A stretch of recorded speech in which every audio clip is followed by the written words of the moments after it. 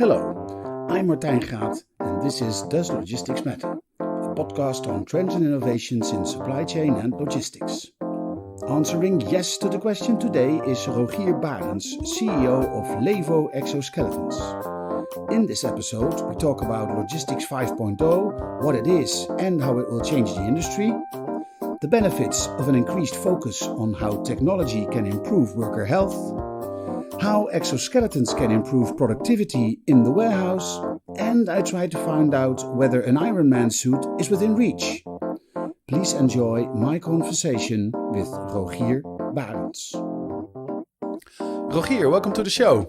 Well, thank you, Martijn. It's good to be here. My first question is always, does logistics matter? Well, definitely, because at 15 minutes before 7, the alarm clock goes every morning. And then I have to get my 2 sons up and get them into to school and to address everything from meal, washing.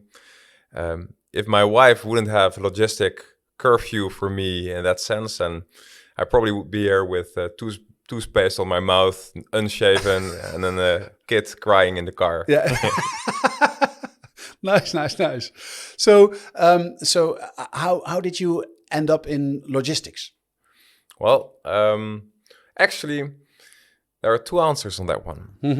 So one of them is actually what we're currently doing, and that's we're selling and building and selling exoskeletons that help in logistics to reduce lower back pain, one of the musculoskeletal disorders you can encounter. Yeah.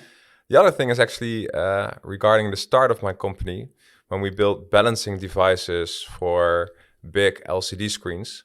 And it turned out that the invention we did at the time was actually the best solution to support multiple weights of LCD screens. So the logistics part of LCD screens became a lot more interesting because with one balancing device, we could actually address a lot of different whiteboards and LCD screens. Well, I've been in a lot of warehouses myself, having a history as a warehouse engineer. And if there's one thing you see a lot of when you walk in a warehouse is people bending and lifting and, let's say not always in the most ergonomical way that they should.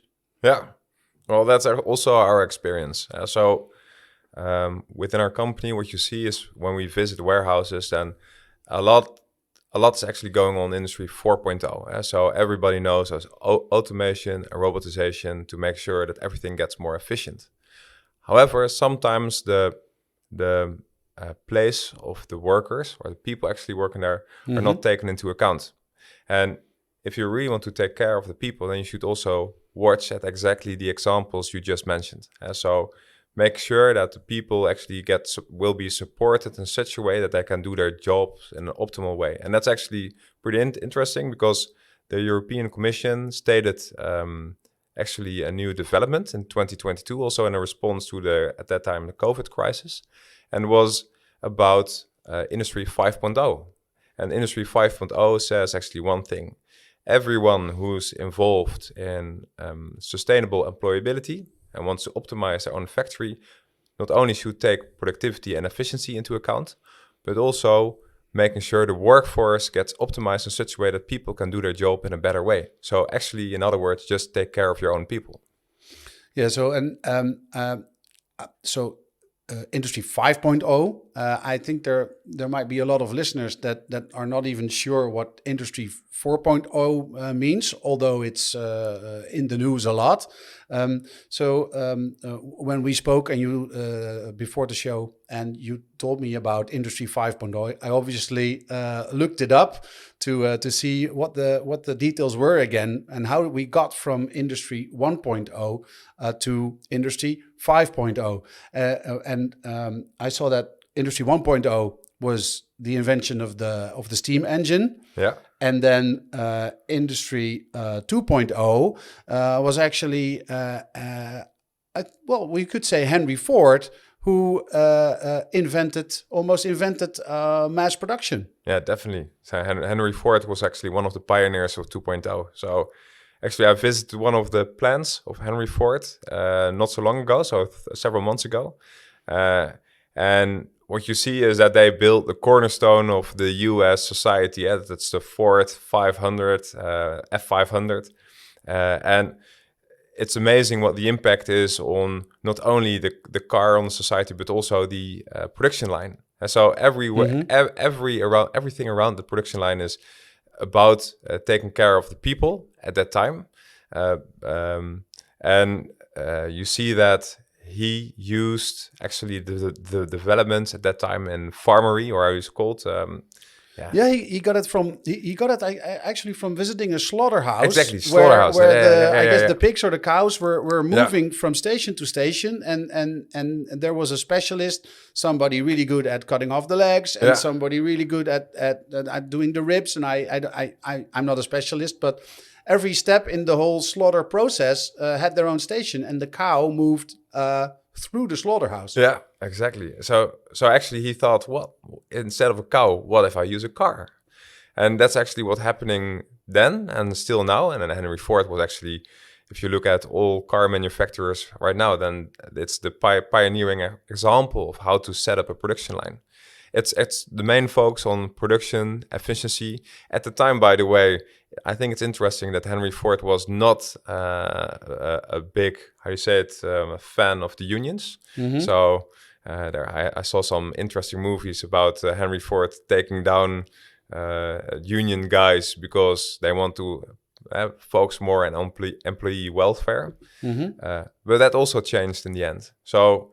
And that's actually also already an interesting skip to the next steps we're going to make within industry development, because taking care of your people will always be a very important part. Yeah. But it's not often enough mentioned in the industry developments.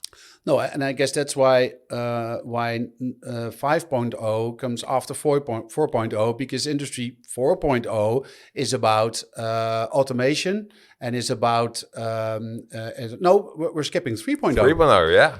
3.0. Computers. There was the introduction of computers and computers taking over the first simple, repetitive tasks and the first, the first robotics. Yeah, they get started around the 70s. Yeah.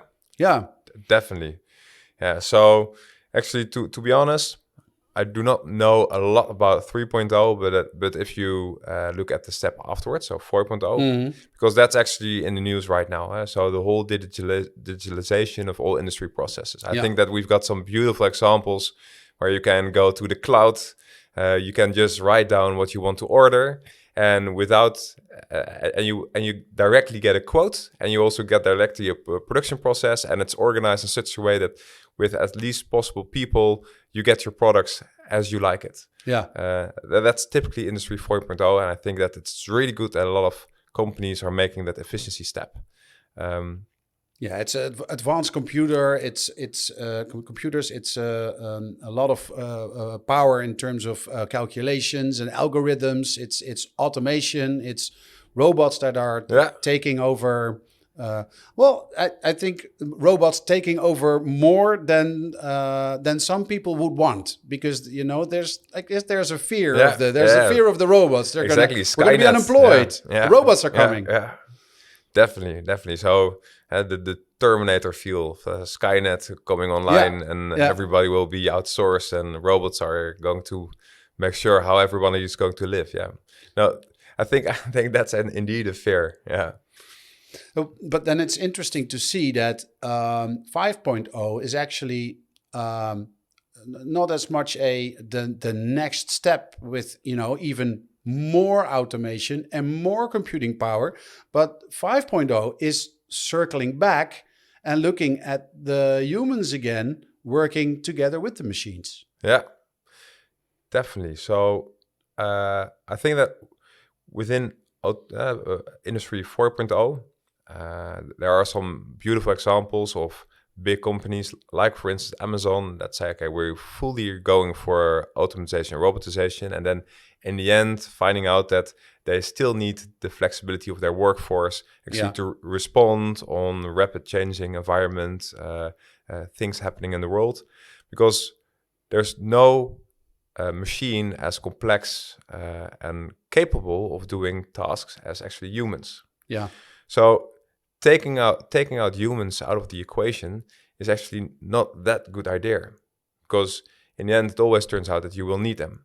So 5.0 actually says, please make the next steps in the logistic development that you need to get the efficiency and productivity, but also take care of your people working here. Yeah.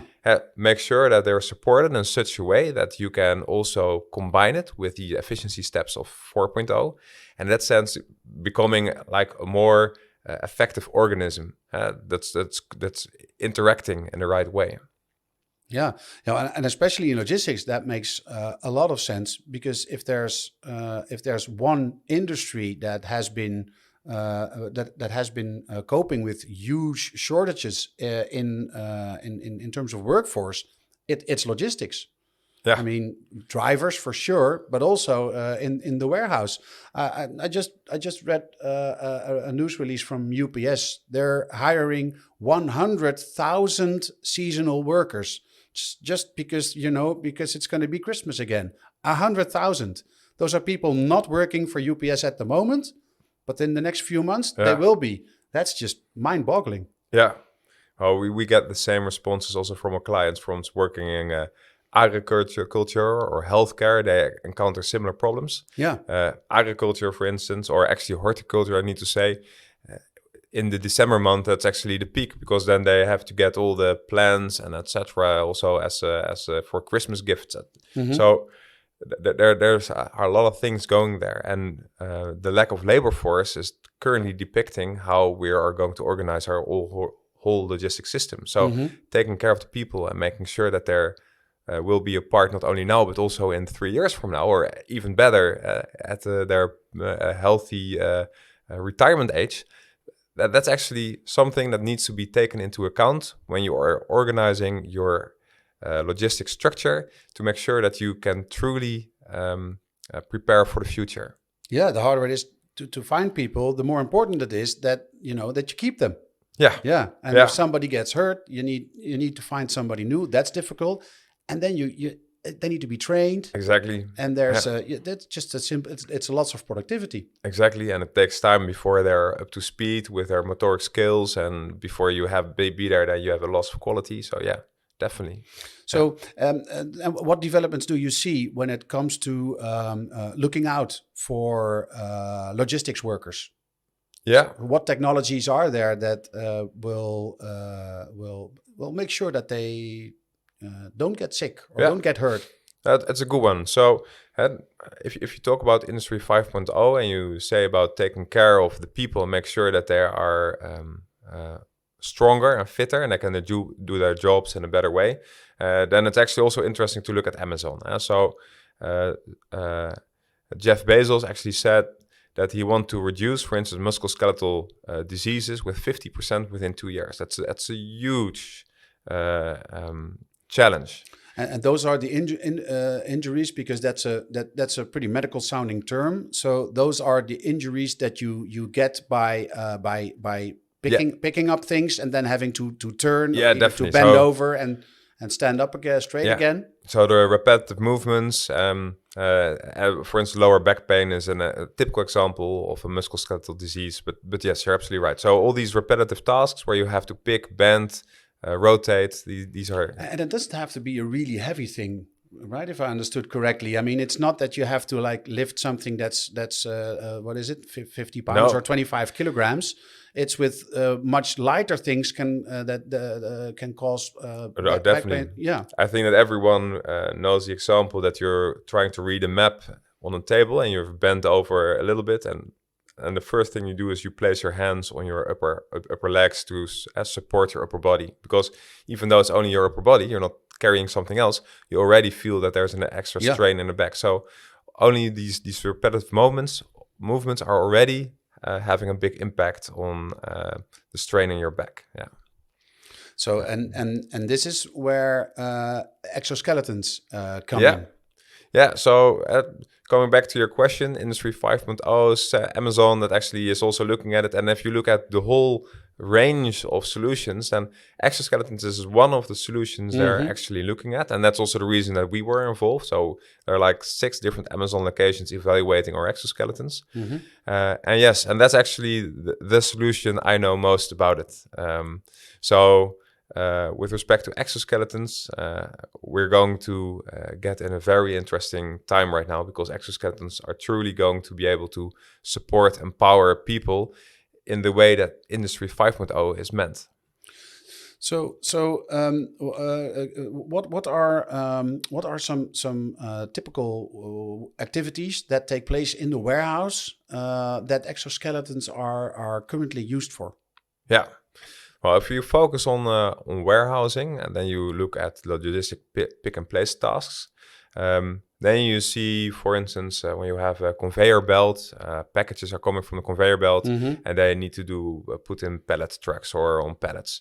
Then you see a typical motion of getting something, picking it up, rotating to the right or left, making a few steps, putting it down. Yeah. And even though the movements themselves are not that hard, if you do that the whole day, then you will feel it in your back in the end.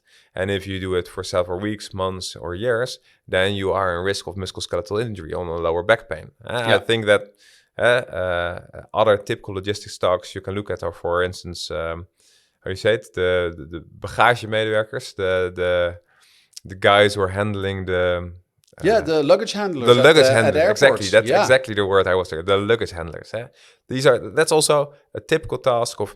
In this case, everybody knows that these are more heavy, so it's even more valid to ask for support. But these are typical tasks that can be supported very well with exoskeletons. Yeah, so I can also imagine loading and unloading containers. There's also, because that's a task that could also be done very well with a robot. But also, I'm guessing, that in terms of investment, that the exoskeleton is has a lower impact on your capex than buying robots. Yeah, that still, even though automation and robotization is going really strongly. I know of a company also started in Delft that was exactly doing this. So focusing on these luggage handling and see if they could use optics to distinguish how it was put, so that they can use robot to put it somewhere else. And it's really difficult. There was always an error in there. So in the complex machine that the human body is, we also are capable of actually distinguishing all these different things. So humans are still better in handling these kind of things than robots are. So in that sense, exactly as you say it, if you support these people, then you can do your job, and that's a lot better. So then I have a logistics operation, and I think some of my people might get back pains. So I'm gonna get some exoskeletons. So I just go to the website and order one, and then they put it on, and there we go. Or how does that work? Yeah, I wish that was true. Now, we have several big customers that purchased a lot of exoskeletons. And we've got some very successful implementations.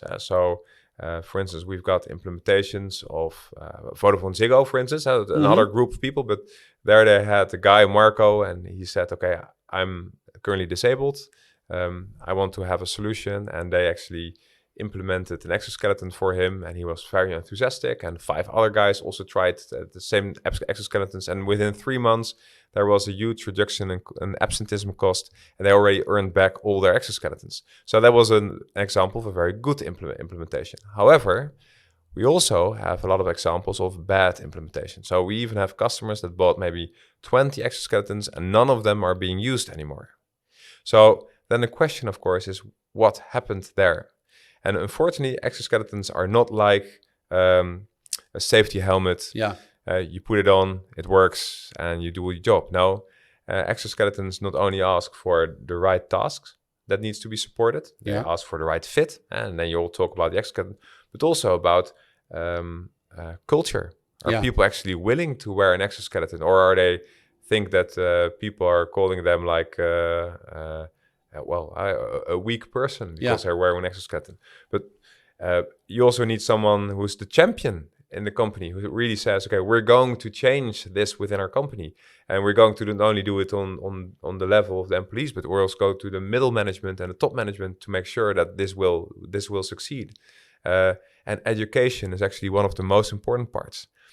If you're not aware of the risk you're in, you're not going to want a solution, because we currently have the most supportive exoskeletons that are really comfortable. But if you can decide between one of our exoskeleton or just wearing a t-shirt, everyone will always choose for the t-shirt. Obviously, Yeah. but that's the same with safety shoes. If you put if you put safety shoes at the entrance of the warehouse and you don't say anything, that everybody will just pass them and and wear their sneakers, because sneakers are more comfortable than safety shoes. And there are really comfortable safety shoes. Yeah. So, but people will choose sneakers every day because they're comfortable, but they're not safe. So I guess that's the Yeah, and that brings the other part. So actually, you say then you have to make exoskeletons obligatory. So to make sure that people, you need to wear this because that it will involve your safety. Yeah. But to get there, then you also need to have a certain proof that you have impact with the exoskeletons. That by wearing exoskeletons, you actually make your job more safe. And in that sense, I think that's where the biggest developments are right now. So we've got currently a lot of competitors. And the cool thing about these competitors is they're also helping and opening up the market. And for instance, Verve Motion, that's an exoskeleton company within the US. They already did this test with 50 different exoskeletons following in the logistics department for 1 year, A/B test. And they showed that by using exoskeletons, there was an 80% reduction of injuries. That's huge, 80%. Yeah, so imagine that you're, for instance, a luggage handler right now, and this will be the way that you actually can decrease your injury rate. That would be very interesting. And these are examples of tests that have been done. But for instance, we also have customers who bought our exoskeletons sending us emails that we literally changed their lives. Before this setup, I already sent you an email from one of the guys from New Zealand. And he had a really emotional letter about, I thought my life was over because I had these back injuries and I'm self-employed and I need to work, etc. But then I found your exoskeletons, and instead of cortisone injections, physiotherapists, and everything I needed to do, I suddenly got the support and I was gradually capable of doing my work again. So exoskeletons work. That's absolutely true. The challenge is to get them thoroughly introduced in your company. To taking all the hurdles. And that's exactly where we are right now. Yeah, well, it's not like a safety vest that you put on. You actually, I wore one of your exoskeletons, so it takes a little bit more effort to put it on than a safety vest, but not much more. And and when you have the how do I say this, the when the settings are right and you have the straps customized to your physique, then actually I don't know if it was maybe 5 minutes, but you forget that you're wearing it and you're just noticing how easy it is to lift something. Yeah, it's good you tried, because I did, of course, the same. Because I need to sell these exoskeletons. Yeah. At a certain point, I also thought, okay, well, I'm now going to work in the garden. And I also put an exoskeleton on myself because let's feel how the difference is. Yeah. And I worked for half an hour, and after half an hour I took a break. I need to do something with my kids, so I put off the exoskeleton and I got back and I thought, okay, now I'm going to try again without an exoskeleton, because as we said, an exoskeleton is not a t-shirt, and if I can do it without, it's much better. I think I did it for 5 minutes. And after 5 minutes, I thought, I'm absolutely crazy that I'm doing this job without an exoskeleton, because I felt it straight away in my lower back. And that meant that either I would have a risk of back injury or less energy in the evening. But if I was capable of using an exoskeleton, then you get the support a lot better. So if people were listening to this podcast, it's actually pretty strange to talk about exoskeletons because you cannot experience an exoskeleton just by hearing about it. No. The only way to understand exoskeletons is by trying it. Yeah. And trying it several times and get it in your company. But the feeling, as you did, is actually the most important part. Yeah, no, that's absolutely. There's no way that it's difficult to describe. You indeed have to you have to have the experience, literally. Yeah. So when we look at so when you look at logistics operations, so what are the situations that the current model of exoskeletons that you have developed? What are the situations where they are the best fit? Yeah. So that's a good question. So I think we've got several logistic customers, and where we've got the best fit is that where you've got dynamic work, turning, bending. But for instance, not too much walking. Walking can be done very well, but if you walk like distances of hundreds of meters, then exoskeletons can become annoying because actually you're supported your upper chest on your upper legs. Mm-hmm. So you feel kind of force on your upper legs. But if you have all these repetitive motions in a dynamic environment around a belt, how do you call it? Conveyor belt. Yeah, conveyor belt. That's actually that's a very interesting part. Yeah, so it's not so much for order picking. It's more for around, let's say, around workstations. Yeah, and order picking in that sense. If you, for instance, have electro pelletizing truck. The EPT. Exactly, driving around, and then you actually get a. Then you can wear one, and then you need to. Then you step off, and you lift a heavy box and put it on the pallet. Yeah, exactly. Exactly. Yeah, that makes sense. So, but we also have examples where people needed to climb up the stairs, get over a belt, and go to the other side, and that's actually something that with our exoskeletons is not that interesting. So, coming back to one of your questions about the implementation of exoskeletons, what are the boundaries? Then a good task fit to the exoskeleton is really important. Yeah, and but you do have exoskeletons that are, or you are developing exoskeletons that are made for walking, right? Yeah, definitely. So the term exoskeleton is actually the same as the term vehicle.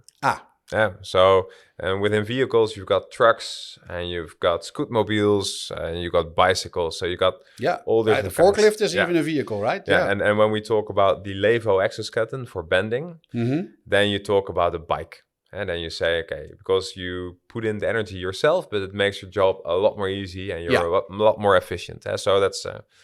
when you talk about, for instance, exoskeletons for paraplegics, so you've got everybody have seen these devices that people can wear, and one moment they were disabled in a wheelchair, and then they wear this exoskeleton and they can walk again. Yes, and that's really amazing. So, but that you can call the scootmobile of exoskeletons. Yes, and so a scootmobile allows you a little bit more transportation. So it's that's a case very valuable, but it's not something you put a healthy person in. No.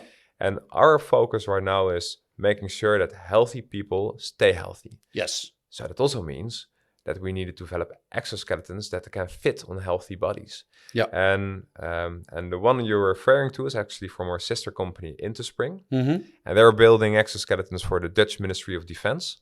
And well, if Laevo is building the bike for bending, then industryThe is building the mountain bike for walking. So cool. Yeah, so with that exoskeleton, you can walk with loads up to 80 kilograms for over 30 kilometers without having the risk of musculoskeletal injuries. Yeah. So yes, but that also shows that an exoskeleton for a specific task. We will never become the Ironman Suit where you can fly, run, shoot, and do everything with one exoskeleton. Well, at least you're going to have to, it's going to take a few more years. Okay, a few more years. Yeah. Yeah, but I guess that's the same if you look in the warehouse, right? I mean, for every task, you have a specific machine. You have the forklift, you have a reach truck, you have the electric pallet truck that you mentioned. I mean, there's different machines for different tasks. So... And it makes perfect sense. Yeah. Yeah. Yes. But if you wear a t-shirt, then you can do everything with a t-shirt. And that's always the challenge we still encounter, because people see exoskeletons as something they wear, and they also look more at as a wearable, as a device. So they want to do everything with it. And getting an exoskeleton introduced in the right way does mean that you have to make that task differentiation. Where I'm going to use the exoskeleton and where not. Yeah. So yes, you're absolutely right. You can compare it with conveyor belts, with forklifts, etc. But that awareness have to be there. So, and I must say I'm a little bit disappointed that we're not soon going to have the Ironman Suit, because that's pretty cool. It's a secret project. Yeah. Oh, okay. Oh, yeah. Well, I should have known it's Ministry of Defense. Yes. Okay. So it's gonna take quite a while before we have an Ironman Suit. But if you look at exoskeletons and the developments in exoskeletons, if we look to the future, what are the next steps? Oh, that's also a nice question. That's actually, I think, pretty cool, because some of the exoskeleton companies, they've forsaken exoskeletons and were focusing on sensors to get a better understanding of how the human body actually performs within an industry environment. And what you see is that there's much more integration between these sensors and exoskeletons. Yeah. So if you talk about exoskeletons for the future in, for instance, logistic industry, then you will see that the logistic or the human power and the human performance will be integrated within the robotics and optimization of industry. So that means that the performance of people is going to be measured, but also how healthy they are. How good are they performing right now, and are they capable of sustaining this amount of work also on the long run? Because for every logistic organization, you only want to have an efficiency right now, but you also want to make sure you have still the right manpower in 3 years from now or 5 years from now. And if you look at the integration of exoskeletons, then you're actually really going to look in the industry 5.0, because now we're supporting people in such a way that they will reach their retirement age in a healthy way and increase their quality of work as well as their quality of life. And that means that you're doing the right thing. And that's perfect, because then this person retired, and then the logistics company can say, thank you for all these years of hard work, and please take your exoskeleton home so you can enjoy working in the yard, because as you told us, it's perfect for working in the garden as well. Yeah, definitely. And even better, even without an exoskeleton, you still will be able to pick up your grandchildren and play football with them, and do not have any back injuries and having to worry about the fact that you spent the best part of your life for your company, but now really can enjoy your free time. Excellent. Thank you very much for talking about this new technology. Well, you're welcome, and it's actually great to be here. Thank you. Thank you for listening to Does Logistics Matter? For more on trends and innovations in supply chain and logistics, visit our blog at logisticsmatter.com. If you want to be a guest on this podcast, please send an email to podcast@logisticsmatter.com. This podcast was produced by Dimitri Vleugel. The music is based on a sample by Rogier and produced by Michael Spengler. This episode was supported by Laevo. Laevo offers companies the opportunity to co-develop solutions to relieve physical burdens of their employees by using innovative exoskeleton applications. For more information, visit laevo-exoskeletons.com.